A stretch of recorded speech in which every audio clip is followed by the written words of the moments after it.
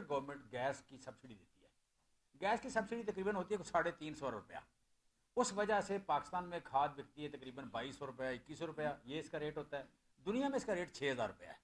सो खाद पे जो सब्सिडी गैस की शक्ल में देती है, वो सब्सिडी देने का, इस साल भी हमने सब्सिडी दी। फिर 6 लाख टन खाद बाहर से मंगवाई, यूरिया, उस पर 30 अरब की सब्सिडी दी। ये 300, 350, और 30 अरब, ये 380 अरब की जो सब्सिडी दी, उसका नतीजा ये हुआ कि आज पाकिस्तान में खाद 5 लाख टन ज़्यादा थी ज़रूरत से। 32 लाख टन इस्तेमाल होती है, 31 लाख, 36 लाख मौजूद थी। लेकिन आज खाद 50% ज़्यादा कीमत पे 800-900 रुपया महंगी मिल रही है सरकारी रेट से। महंगी इसलिए मिल रही है कि पाकिस्तान से खाद स्मगल हो रही है। पिछले साल जब खाद स्मगल होना शुरू हुई तो हमने बलूचिस्तान गवर्नमेंट को, सिंध गवर्नमेंट को, चीफ सेक्रेटरी को, चीफ मिनिस्टर को, और वहाँ पे आप कह लें कि बॉर्डर मिलिट्री जो आप कह लें FC, उनको कॉल किया। वज़ीर आज़म इमरान खान थे उस वक्त, और खाद रोकी। हमने चमन बॉर्डर से 20 किलोमीटर पीछे ट्राले जो हैं उनको उतारना शुरू किया कि कोई ट्राला आगे नहीं जाएगा और खाद स्मगल नहीं होगी। जनरल सरफराज अल्लाह ताला उनको जनरल नसीब कर, उन्होंने बड़ा रोल प्ले किया और खाद की हमने स्मगलिंग रोकी। इस साल खाद स्मगल हो रही है, खाद स्मगल हो रही है, और पाकिस्तान के किसान को 800-900 रुपये जो महंगी मिल रही है, ये कम से कम 50 अरब रुपए का टीका लग रहा है किसान को।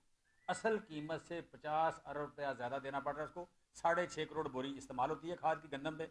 6.5 करोड़ जो बोरी इस्तेमाल होती है, वो अगर 600 रुपया, 700 रुपया, 800 रुपया फी बोरी महंगी है, तो तकरीबन 50 अरब रुपया किसान की जेब से निकल के स्मगलर्स को या उनके सहूलतकारों की जेब में जा रहा है। जो भी सहूलतकार मेरी आवाज़ सुन रहे हैं उन तक पहुंच रही है, बिल्कुल पता है उनको, जो जो सहूलतकार हैं, कि क्यों खाद स्मगल हो रही है। स्मगल करने वाले जिन लोगों ने रोकना है वो क्या कर रहे हैं, हम उनसे सवाल करते हैं कि आप कर क्या रहे हैं। तो अगली जो बात दूसरी मैं करना चाह रहा हूँ कि इस वक्त पाकिस्तान में 1100 अरब रुपए की इंडस्ट्री है पोल्ट्री की, 1100 रुपए की इन्वेस्टमेंट है, 750 अरब रुपया सालाना उसकी यू कैन से कि प्रोडक्शन है। 2 मिलियन टन गोश्त पैदा होता है वहां से, अरबों अंडे पैदा होते हैं। उस इंडस्ट्री के लिए हम इंपोर्ट करते हैं सोयाबीन। सोयाबीन के जहाज कराची में खड़े हैं। सुना है कि वजीर आजम साहब पैसे मांग रहे हैं उनको रिलीज करने के, वजीर आजम पैसे मांग रहे हैं। जी मैं दोबारा कह रहा हूं, उनको रिलीज करने के वजीर आजम साहब पैसे मांग रहे हैं और रिलीज नहीं हो रहे। वो जो जो प्रोटीन है, प्रोटीन का, क्रूड प्रोटीन का, CP का सबसे बड़ा सोर्स वो है।